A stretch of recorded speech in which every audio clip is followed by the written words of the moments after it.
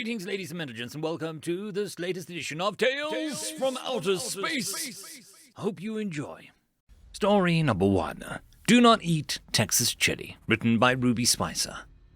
Texas Hot Chili Cook-Off. Welcome, aliens. Jahal squinted at the fine print under the sign. He was one of an avian race with severe difficulties in tasting anything in the realm of spiciness. It wasn't that they couldn't taste it. It was more that things had to be on the extreme end to trigger tasting them at all. He understood from some biologists that the lesser avians, birds, they call them on Earth, couldn't taste it at all, which led to some interesting discussions on evolution, and some strange nicknames. Why did some of these people call them Falco? And seeing as how the soil was especially good for growing such peppers around here, and he was going to be here for some years for his job, Jahal had decided he'd grow some of the peppers from his home planet, and due to some prodding from a friend, he decided to make a chili to enter into the local hot chili contest. Only a month ago, the final tests had come back from some sort of regulatory board, or rather, the only regulatory board that mattered in contests like this. These peppers registered a consistent 6.5 million Scovilles.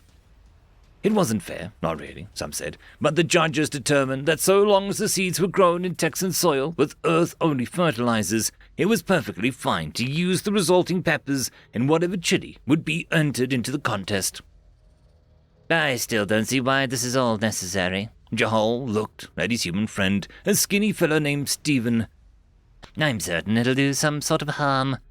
His chili had been delivered earlier in the day and transferred to a new bowl, so as to avoid any accusations of favoritisms with the judges. You don't know these guys, Jahal. They'll gulp it all down and come back for more, no matter how hot it is. If they're not growing 'em, they're eating 'em. Jahal shook his head. Why would one volunteer for that sort of thing? These people taste-tested the peppers they grew, but no one was any fanatical about the heat, as Stephen said the humans could be. There were plenty of people, apparently, mostly men, who couldn't get enough of something that had to be burning the heck out of their digestive tracts. But he put that thought off. Surely he'd see the answer to these questions today. There was a single judge, a human of medium size and weight, with what the humans around here called a farmer's tan. 3 women from the crowd delivered to his table 3 platters, each with a bowl of chili on them. The only difference between them all was the numbers 1, 2, and 3 on the side. Number 1 is called, let me see here. One of the girls, apparently the MC or something of that variety, had a card that she was reading from Phoenix Sauce. The judge nodded and got a spoonful of number 1 and smelt it. Nice brown color, good smell, paprika and rosemary. That's creative. Thin consistency, but let's see. He then took a bite and nodded. Tastes good too. Mild heat. Someone in the crowd gave an unhappy groan. Jahal only waited. The judge moved on to the second. Number 2 today is Afterburner. If you will, Judge, the MC lady said. The judge did with number 2 as he did with number 1. Reasonable color, but he lifted a spoonful to just under his nose. Fair smell, vaguely fruity. Then he took a bite and, looking thoughtful, swallowed before speaking. Very big bite in the heat department. He took a deep, shaky breath, and then a long drink from a glass of some opaque liquid in front of him. Then he nodded, and then after the quick palate cleanser, moved on to the final bowl. The third and final entry is Red Star, Judge. Jahal took a half step forward and eagerly watched the judge. He worked very hard at this, and even if it was meant to be a bit of fun, he was hoping he'd win. It would give him, what was the word? Clout.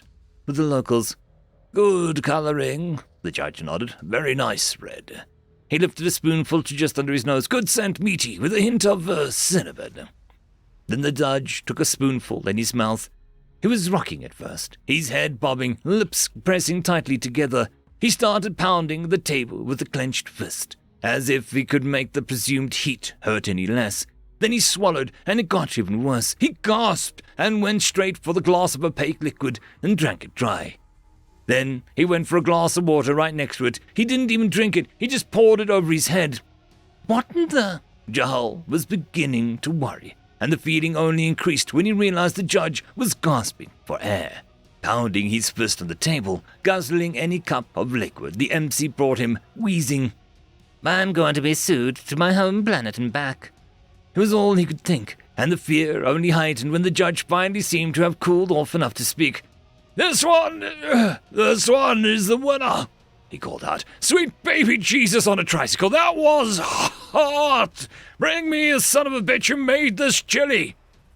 There was a pause as he took another gulp of a pint of beer, and Jahal was considering how fast he could leave the state. "Because I want the recipe." Jahal was now quite convinced that these humans were crazy. End of story. Story number 2. Never Enough Dakka. Written by Foxcall. "This is not a ship, this is a gun." The human seemed extremely confused.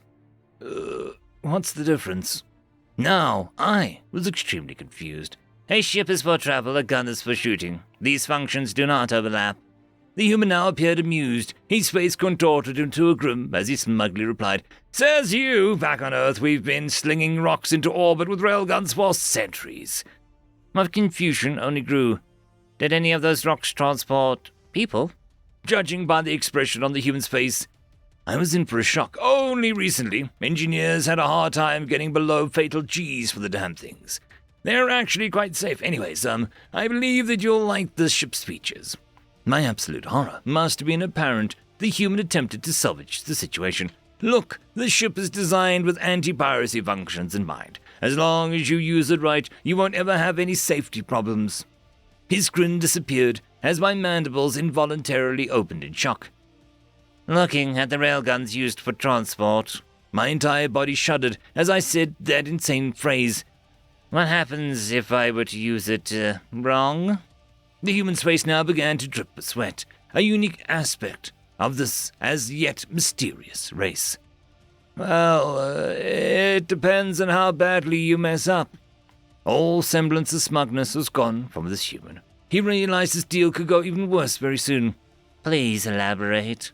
The man gulped, and his voice faltered as he explained the gravity of such a situation. Well, the ship could rip itself apart if you used the spinal mount after structural damage.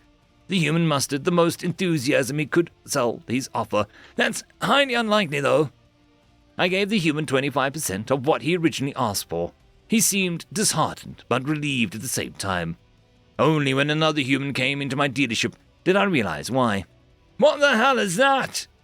The young woman's language caught me by surprise. What seems to be the issue? She gave me a look as if I was the dumbest being on the side of the galactic core and said, This ship's railgun only slings 14 pounds. This damn heap of scrap is at least 200 years old. You're ripping me off. I put my arms up in a defensive posture to try and de-escalate the situation.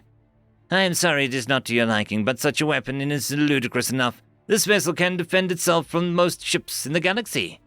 The woman now looked at me as if I had murdered someone directly in front of her. Not any human vessel. I can give you 50% of this heap of junk, and that's still an absolute rip-off. I took the human's offer in haste.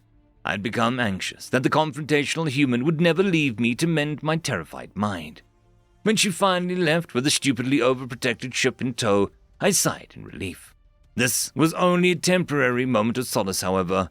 It was not long before a human military vessel decided to dock with my station. When I saw the ship that absolutely bristled with guns gleaming in the blue light of the sun, I knew that I was in for a headache.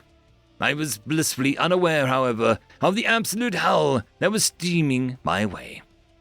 This is the UNE whack-a-mole requesting permission to dock.